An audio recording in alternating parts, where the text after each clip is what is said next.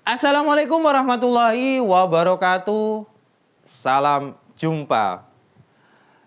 Kembali lagi di channel Diari Kampus, inspiratif, akuratif, dan pastinya edukatif. Adik-adik kelas 12 SMA, bagaimana kabarnya adik-adik? Semoga diberi kesehatan, dimudahkan rizkinya, dan tentunya semoga diberi kemudahan dalam beraktivitas agar kalian bisa meraih kampus impian kalian di tahun ini. Pada kesempatan kali ini, Diari Kampus akan membahas tentang syarat utama SNMPTN tahun 2022. Simak video ini dari awal sampai akhir, jangan di-skip agar adik-adik mendapatkan informasi-informasi secara utuh dan lengkap.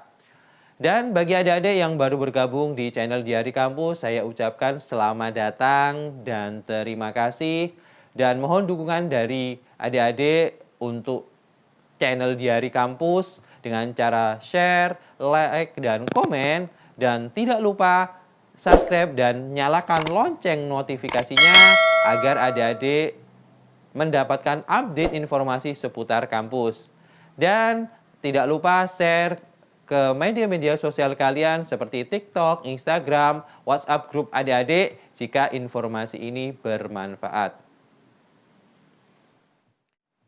Baik, langsung saja saya teruskan informasinya tentang syarat utama mendaftar di SNMPTN tahun 2022. Ada dua syarat awal pendaftaran SNMPTN tahun 2022 perlu diketahui adik-adik. Yang pertama adalah persyaratan sekolah. Nah, di persyaratan sekolah ini meliputi apa saja? Yang pertama adalah adik-adik perlu diketahui bahwa sekolah adik-adik harus sudah mempunyai NPSN. Nah, bagi adik-adik yang saat ini sekolahnya belum mempunyai NPSN, saya doakan supaya cepat mendapatkan NPSN agar adik-adik bisa mendaftar di SNMPTN. Nah, yang kedua adik-adik, sekolah adik-adik harus sudah terakreditasi. Nah, ini penting dikarenakan akreditasi sekolah menjadi syarat utama untuk menentukan kuota dari pendaftar SNMPTN.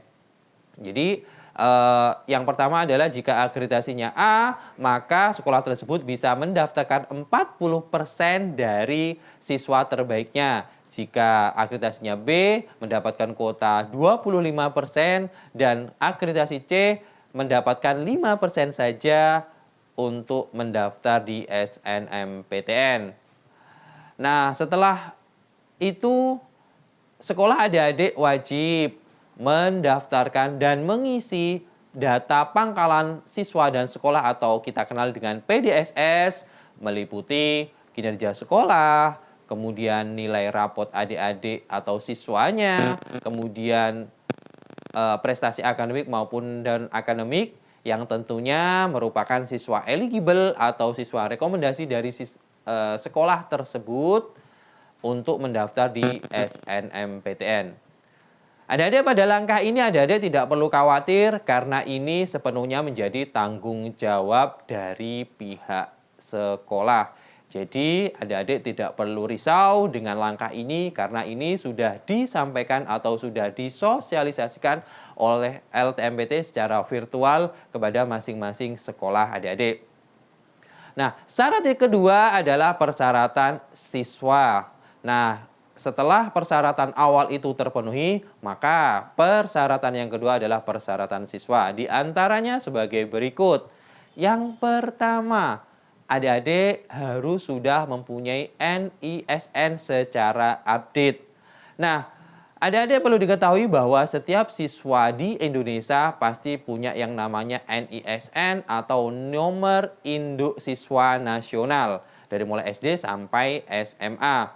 Nah, jika adik-adik mengecek di NISN adik-adik secara online berbeda dengan yang tercatat di dokumen sekolah adik-adik, maka adik-adik harus segera menginformasikan kepada pihak sekolah agar pihak sekolah nantinya bisa menyelesaikan permasalahan adik-adik ini.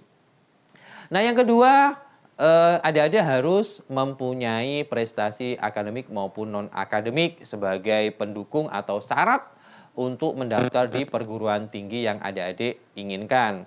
Dan tak lupa juga adik-adik harus mempunyai nilai rapot di semester 1 sampai semester 5. Kemudian selanjutnya adik-adik harus memilih program studi atau jurusan di perguruan tinggi negeri yang adik-adik inginkan.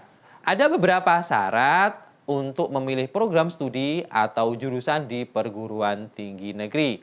Di antaranya, satu, adik-adik bisa memilih 2 program studi atau 2 jurusan di perguruan tinggi negeri yang berbeda.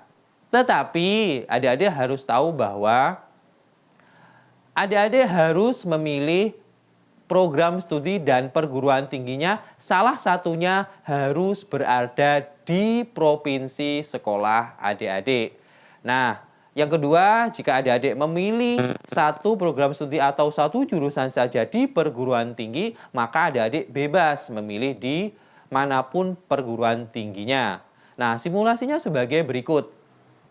Andi adalah siswa dari SMAN 5 Bandung, maka otomatis Andi berada di wilayah Provinsi Jawa Barat.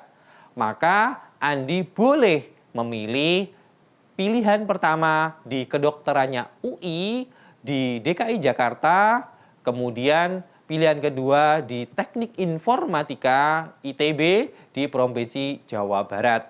Karena salah satunya Andi sudah memilih di provinsi Andi sekolah. Nah, yang kedua, jika Andi memilih satu program studi saja, Andi bisa memilih di Fakultas Kedokteran Universitas Airlangga yang berada di Jawa Timur, atau mungkin Fakultas Farmasi di Udayana, Bali, dan seterusnya. Nah, jika Andi memilih di satu provinsi, maka otomatis bisa memilih dimanapun di provinsi tersebut. Nah, yang terakhir, tidak lupa dari kampus informasikan adik-adik, kami rekomendasikan untuk tidak lintas jurusan atau berbeda jurusan ketika adik-adik sekolah. Jadi jika jurusan adik-adik IPA, maka selayaknya adik-adik memilih jurusan IPA di SNMPTN tahun 2022, begitupun jurusan IPS maupun jurusan bahasa. Jika adik-adik ingin informasi lebih detail seputar jadwal SNMPTN tahun 2022, silahkan adik-adik kunjungi web di www.ltmpt.ac.id. Itu saja yang perlu saya sampaikan di video kali ini, dan saya sampaikan banyak terima kasih dan sampai jumpa. Wassalamualaikum warahmatullahi wabarakatuh dan salam jumpa.